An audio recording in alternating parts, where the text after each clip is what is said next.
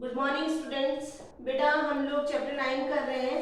Chapter 9 का जो name है वो है अन्य महत्वपूर्ण व्यक्तियों से संबंध और मेल जो relationship and interaction with significance other. बच्चों ये चैप्टर हम लोग काफी दिनों से कर रहे हैं। इसी चैप्टर को आगे बढ़ाते हुए आज का हमारा जो नेक्स्ट टॉपिक है वो है परिवार में आपसी संप्रेषण। संप्रेषण का मतलब होता है बच्चों कम्युनिकेशन। फैमिली में कम्युनिकेशन किस तरह का हो रहा है, मतलब जो हम लोग मनुष्य हैं, हम लोग सामाजिक प्राणी हैं, मतलब हम लोग सोशल एनिमल हैं। हम लोग अपने 70% जब हम लोग जगे रहते हैं उस समय से, मतलब आप कुछ घंटे सो जाते हो, मान लिया कि आप 6 घंटे सोते हो, 24 घंटे में से 6 घंटे सो रहे हो, लेकिन बाकी के टाइम आप जितनी देर जग रहे हैं उसमें उस घंटों में 70% तक हम रेगुलर किसी न किसी से बोलते रहते हैं, किसी न किसी से हमारी बातचीत चलती रहती है। मतलब ये हुआ कि किसी न किसी रूप में हम हमारा जो समय है वो कम्युनिकेशन या संप्रेषण में बीतता है। अगर आप कभी सोचो कि आप मॉर्निंग में कैसे उठते हो, या तो आपके फैमिली मेंबर्स में से कोई आपको उठाता है बोल करके उठ जाओ, या फिर आपका अलार्म बजता है, या फिर मोबाइल में अलार्म बजता है, कोई ना कोई आपसे कुछ ना कुछ बोलता है, कोई ना कोई बात होती है, तभी आप उठते हो। ठीक है। इसके बाद बच्चों जब स्कूल टाइम को याद रखो कि आप तैयार होते हो, फटाफट अपने घर में बातचीत करते हुए तैयार होते हो, और जब घर से निकलते हो तो भी किसी न किसी के साथ जाते हैं। ठीक है। तो भी आप किसी न किसी से बातचीत करते हुए स्कूल में पहुंचते हो। स्कूल के अंदर क्या होता है बच्चों कि हम हमारे फ्रेंड्स के साथ और टीचर्स के साथ, ठीक है, प्रिंसिपल के साथ कुछ ना कुछ बातचीत हमारी होती रहती है, क्योंकि आप प्रेयर में भी जाते हो, क्लास में भी रहते हो, इंटरवल भी होती है आपकी, तो आप किसी न किसी समय सबसे मतलब कुछ ना कुछ बात करते रहते हो, और इसी समय आप कुछ ना कुछ सीखते भी रहते हो। नेचुरल स्कूल गए तो कुछ ना कुछ सीख करके ही आएंगे। तो इसी तरह से बच्चों जब हम घर पर होते हैं, जब हम घर पर होते हैं तब हम अपने बड़ों से, छोटों से, भाई बहनों से, दादा दादी से, पड़ोसियों से या घर के अंदर जो काम करते हैं आपके सर्वेंट्स वगैरह से अलग अलग तरीके से हम लोग बातचीत करते हैं। तो इस प्रकार से पारिवारिक संप्रेषण मतलब हमारा फैमिली कम्युनिकेशन एक दूसरे के साथ चलता रहता है, जिसमें हम कुछ बातें कह करके, कुछ बातों का इशारा करके, गैर शाब्दिक जिसे कहते हैं, उसके थ्रू हम अपनी बातों को समझा देते हैं। एक ही घर में रहने वाले परिवार के सदस्यों में, ठीक है, जब बातचीत होती है उसी के द्वारा हमारी जो क्रियाएं होती है, जो घर की एक्टिविटीज होती है वो होती रहती है। तो हम कह सकते हैं कि परिवार में मतलब फैमिली में जब तक आपस में कम्युनिकेशन होता है ये बहुत ज़्यादा ज़रूरी है, ताकि हमें हमारी फैमिली मेंबर्स की, सदस्यों की इच्छाओं के बारे में, आवश्यकताओं के बारे में पता पड़ता है। एक दूसरे के साथ जब हम लोग बैठते हैं हमारी फैमिली में तो उनसे हमारे को काफ़ी चीज़ सीखने को मिलती है, जैसे सामाजिक मतलब आप लोगों को सोशल रिलेशंस के बारे में पता पड़ता है, भावात्मक मतलब आप लोग इमोशनली भी एक दूसरे से टच में रहते हो। तो ये जो तरीका है बातचीत करने का, जो तरीका है हमारी फैमिली का, एक मेंबर का दूसरे मेंबर के साथ, इससे हमारे फैमिली में एकता आती है, यूनिटी बनती है, और हम एक दूसरे से बोलने सुनने के साथ साथ एक व्यवहार में जुड़े रहते हैं। आप सोचो आप अपनी मम्मी से किस तरह से बात करते हो, पापा से कैसे करते हो, वो आपसे क्या कहते हैं, रेगुलर आप कुछ ना कुछ करते रहते हो घर में। दूसरे शब्दों में हम कह सकते हैं कि कम्युनिकेशन में सिर्फ बात करना ही नहीं है, बल्कि दूसरे क्या कहना चाहते हैं आपसे उसे ध्यान से सुनना भी शामिल है।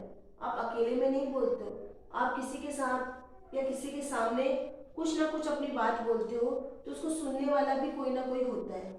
आप सोचो अगर आपकी बात को कोई ध्यान से नहीं सुने तो हमें गुस्सा आता है। तो इसलिए कम्युनिकेशन में बोलने के साथ साथ सुनना भी एक महत्वपूर्ण होता है इसमें।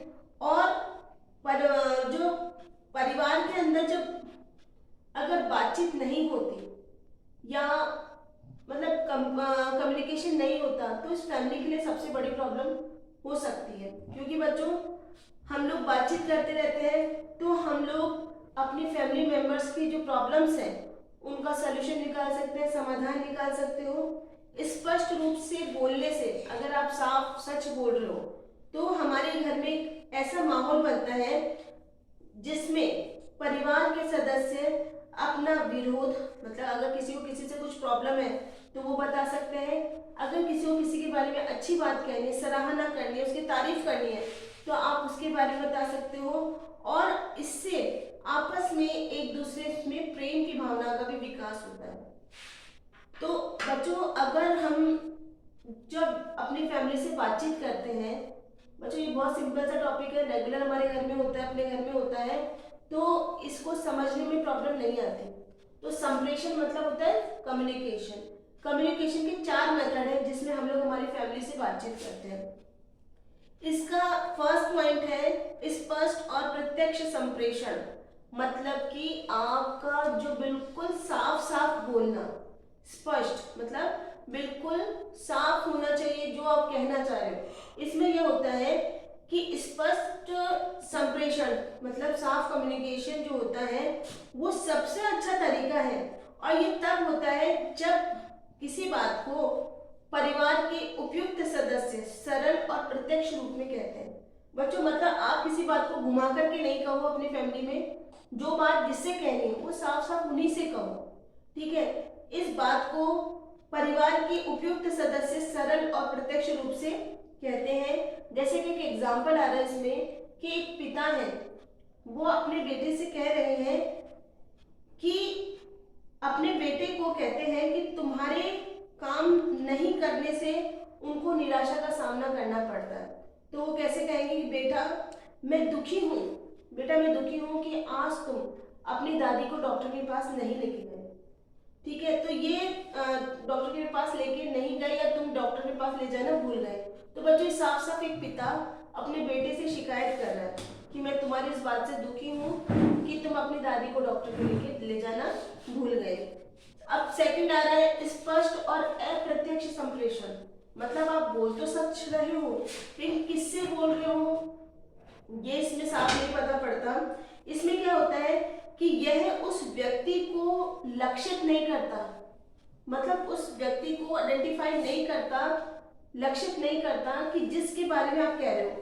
तो पिछले उदाहरण का अगर हम लोग उपयोग में लें, उसी का यूज करते हुए ये होगा कि एक पिता कह सकते हैं कि जब लोग अपना काम पूरा नहीं करते हैं या करना भूल जाते हैं तो दुख होता है, ठीक है।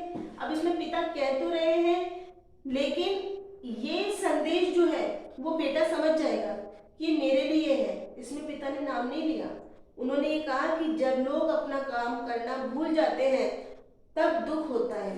तो इसका मतलब बेटा जान सकता है या कई बार बेटा नहीं भी समझ पाएगा, ठीक है। उसको ये तो समझ में आ जाएगा कोई काम नहीं होने से पापा को दुख हो रहा है, लेकिन कौन सा काम, ठीक है। तो ये होता है हमारा स्पष्ट और अप्रत्यक्ष संप्रेषण। थर्ड है प्रच्छन्न और प्रत्यक्ष संप्रेषण। बच्चों प्रच्छन्न और प्रत्यक्ष संप्रेषण तब होता है जब संदेश स्पष्ट होता है परंतु परिवार के उपयुक्त सदस्य को लक्षित करता है, ठीक है। इसका उदाहरण है पिता ऐसे कह सकता है कि बेटा अब लोग उतना ध्यान नहीं देते हैं जितना कि पहले देते थे, ठीक है। इसमें बेटा समझ जाएगा कि पिता मेरे से शिकायत कर रहे हैं, वो निराश हो रहे हैं, और वो ये भी समझ जाएगा किस कारण से हो रहे हैं। तो इसको हम कहेंगे प्रच्छन्न मतलब दुखी होकर, प्रच्छन्न प्रत्यक्ष संप्रेषण। फोर्थ है बच्चों वो है प्रत्यक्ष प्रच्छन्न और अप्रत्यक्ष संप्रेषण, ठीक है बच्चों। इसमें ये होता है कि प्रच्छन्न और अप्रत्यक्ष संप्रेषण तब होता है जब संदेश और लक्षित प्राप्तकर्ता दोनों ही स्पष्ट होते हैं कि आप क्या कहना चाहते हो और किसको कह रहे हो, इस बात का पता ही नहीं चलता। तो इस प्रकार के उदाहरण में पिता कह सकता है कि आज के युवक बहुत आलसी होते हैं और गैर जिम्मेदार होते हैं। अब आज का युवा, उसका बेटा भी हो सकता है या सभी के लिए ये बात हो सकती है। और आलसी और गैर जिम्मेदार मतलब उसने वो काम नहीं करा जिससे वो काम करना भूल जाता है। तो इसका मीन्स ये हुआ कि उनका जो कम्युनिकेशन जो उनमें हो रहा है वो साफ क्लियर नहीं है। ठीक है, अगर क्लियर कम्युनिकेशन होता है तो फैमिली में दूसरी प्रॉब्लम्स नहीं आती हैं। तो हमें ध्यान रखना चाहिए कि हमारी फैमिली में जो कम्युनिकेशन हो वो बिल्कुल क्लियर होना चाहिए, साफ होना चाहिए, प्रत्यक्ष होना चाहिए। आप जिससे जो कहना चाह रहे हो वही हो। हम लोग जैसे सामान्य कहते हैं टोंट कसना वगैरह, ये सब चीजें गलत हो जाती है। इससे हमें हमारी किसी प्रॉब्लम का सोल्यूशन नहीं मिलता है। तो बच्चों, यह ध्यान देना महत्वपूर्ण है कि जो इस कम्युनिकेशन की जो 4 टाइप्स हैं, 4 टाइप्स हैं, उसके माध्यम से ही हमारी जो संस्कृति है, हमारा जो कल्चर है वो आगे बढ़ता है। उदाहरण के लिए प्रत्यक्ष और मुक्त संप्रेषण पश्चिमी समाज को अधिग्रहण करता है, जैसे कि अमेरिका। अमेरिका में बच्चों क्या, जबकि जो हमारा इंडिया है, इंडिया में हमारे अप्रत्यक्ष संवाद हम लोग फेस टू फेस नहीं कहते। ठीक है, हर अपने कायदे में रहते हैं। लेकिन अगर आप बाहर के कल्चर में जाके देखोगे तो वहां पर कोई किसी का लिहाज नहीं रखता, जिनको जो कहना होता है वो साफ साफ कहते हैं। ठीक है बच्चों, तो आज की क्लास में हम लोग इतना ही करेंगे। नेक्स्ट क्लास में हम लोग इस चैप्टर को कंप्लीट करेंगे। Thank you.